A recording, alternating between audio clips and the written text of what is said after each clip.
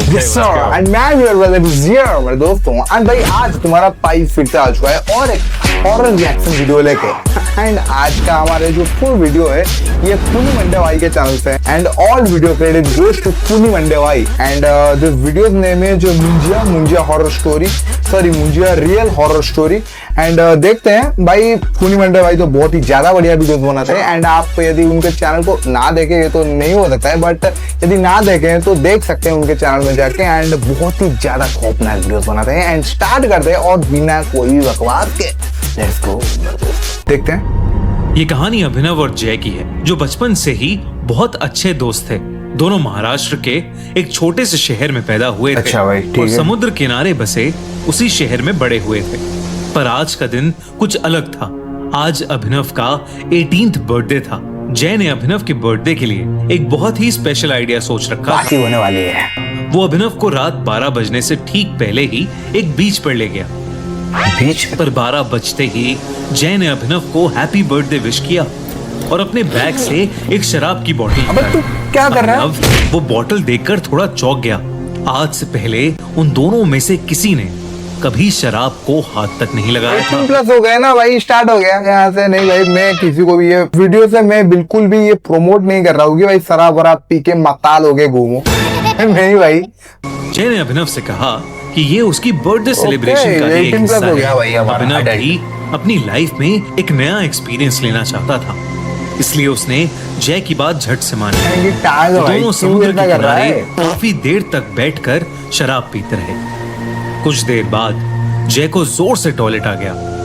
वो उठकर एक पेड़ के पास टॉयलेट करने चला। मैं सुना था भाई उल्टी आता है इनको, टॉयलेट आ रहा है भाई। लेकिन नशे में धुत जय ने ये देखा ही नहीं कि वो पेड़ कोई आम पेड़ नहीं बल्कि एक पीपल का पेड़ था। ओके, आपको यदि पता हुआ तो पीपल के पेड़ जो होते हैं वहां पे थोड़ा भूतिया आत्मा या कुछ नेगेटिव एनर्जीज का बास रह सकता है। सो आगे देखते हैं।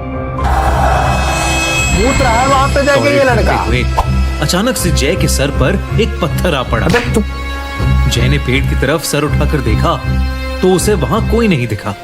इतने में अभिनव भी उस पेड़ के पास आ गया। उसके हाथ में एक खाली तू सारे नसड़ी क्यों ऐसा भाई, क्यों तेरे दोस्त के कहने पर बैठ रहा है यार? उसने मजाक में उस बोतल को जोर से जय के पास फेंका। वो बोतल सीधा उस पीपल के पेड़ पर जा लगी साले नसड़ी क्या क्या कर रहा है यहाँ पे? और उसके टुकड़े टुकड़े हो गए। पर उस बोतल के पेड़ पर लगते ही एक अजीब सी आवाज आई। ऐसी आवाज जैसे कोई जानवर गुस्से में गुर्रा रहा हो। 1 मिनट के लिए अभिनव और जय दोनों ही शांत हो गए, लेकिन कुछ ही पलों बाद वो आवाज आना बंद हो गई। तभी अचानक से जय ने नीचे पड़े टूटे हुए कांच के टुकड़ों में से एक पीस उठाया और उस पेड़ के तने पर कांच के टुकड़े से अपने और अभिनव के नाम के फर्स्ट लेटर्स लिखे। अबे क्यों लिख रहा है तू? ये भाई नशे में कुछ भी करते हैं यार। नशे में कुछ भाई, इनको कैसे समझाओ इनको? AJ। जय ने पेड़ पर उस कांच को खरोचते हुए कहा, अद्भुत जानवर। अभिनव, अब ये दिन हमें हमेशा याद रहेगा। उसके इतना बोलते ही उस पीपल के पेड़ की डालियां जोर जोर से हिलने लगी और कुछ ही सेकंड्स में एक बड़ी सी टहनी सीधा आकर जय के सर पर गिरी और जय वहीं बेहोश हो गया।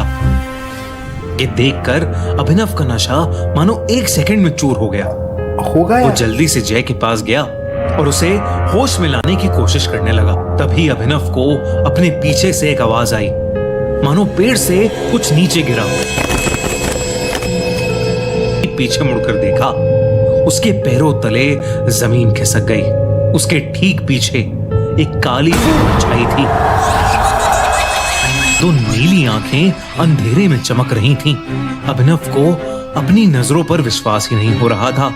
अभिनव को लगा कि जो भी उसके पीछे है वो कोई ना कोई सुपर नेचुरल क्रीचर है।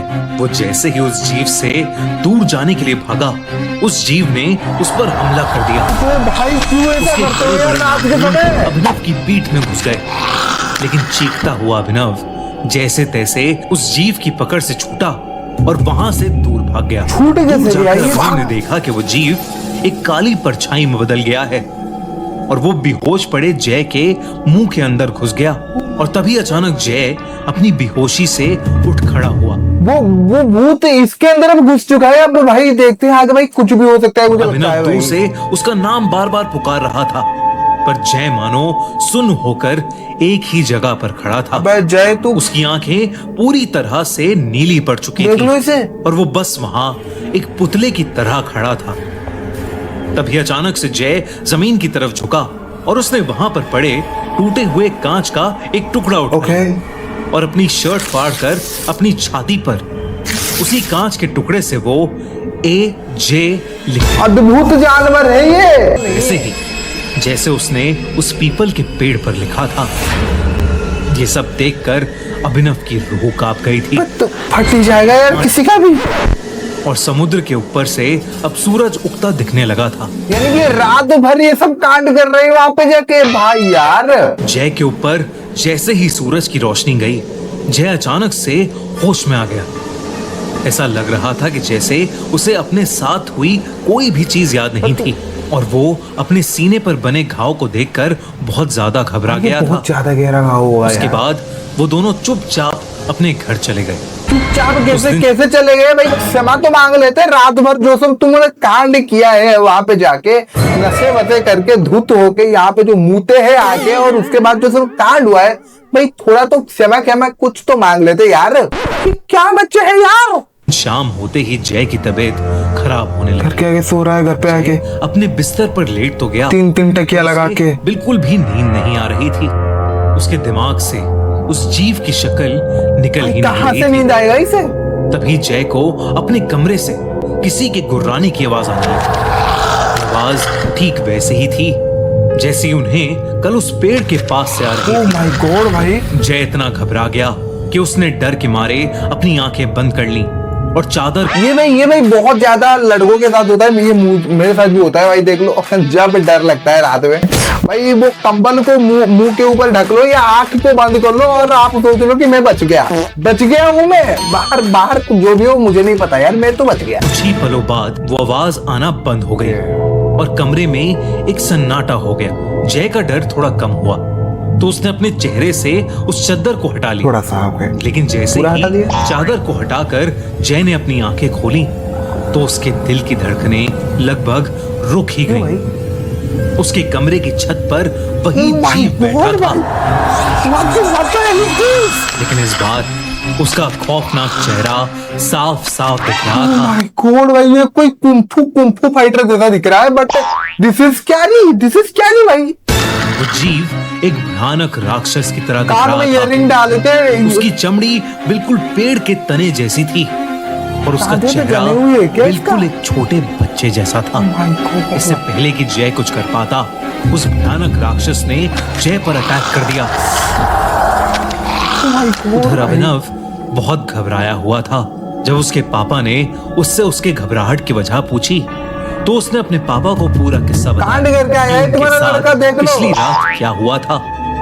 अभिनव के पापा शहर के माने जाने वाले पंडित थे, लेकिन अभिनव की बात सुनकर उनका दिल दहल उठा। उन्हें समझ आ गया कि उनके बेटे अभिनव और उसके दोस्त जय के ऊपर पंडित जी समझाओ मुंजिया तो। का साया आ चुका है।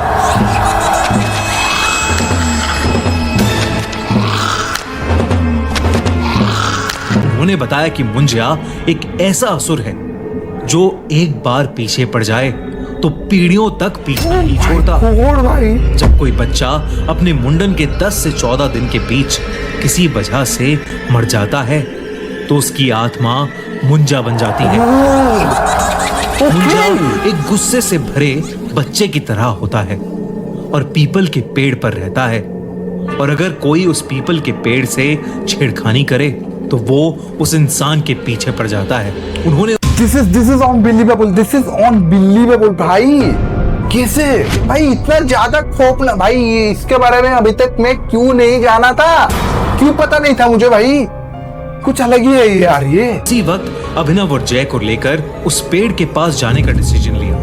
रात को अभिनव और उसके पापा जय के घर पहुंचे, पर पंडित जी को कुछ तो पता होगा उसके बारे में, निवारण के लिए उसका।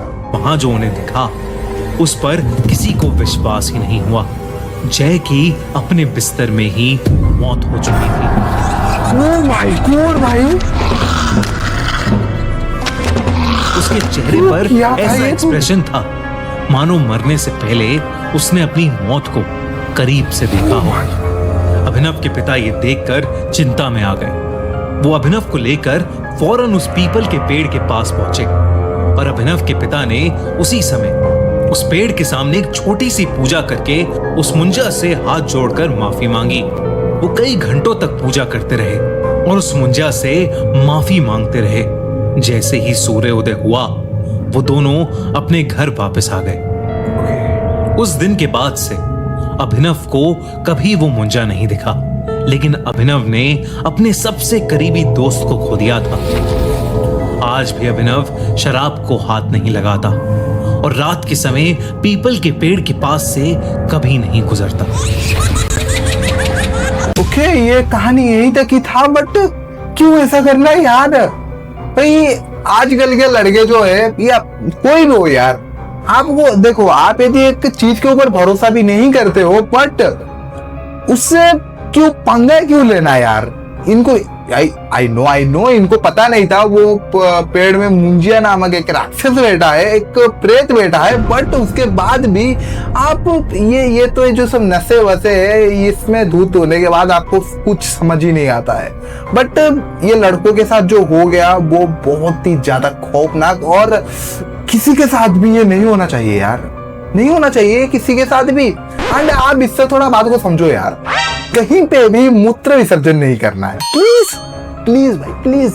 ओके, यहीं तक ही था आज का स्टोरी, एंड मिलते हैं और एक वीडियो में। बट आपको यदि ये स्टोरी आज का अच्छा लगा है तो आप खूनी मंडे भाई के चैनल में जाके वीडियो को देख भी सकते हैं, एंड बहुत ही ज्यादा खौफनाक वीडियोस उनके चैनल पे भरे पड़े हैं, आप वॉच भी कर सकते हैं उन सबको। एंड आपको यदि मेरा वीडियो अच्छा लगा तो मेरे वीडियो को भी लाइक कर सकते हैं, एंड कमेंट कर दो यार। कमेंट ही नहीं आता है तुम्हारे भाई को, कमेंट ही नहीं आता है, प्लीज कर दो यार एक अच्छा प्यारा सा कमेंट। एंड मिलते हैं और एक वीडियो में, तब तक के लिए बाय मेरे दोस्तों।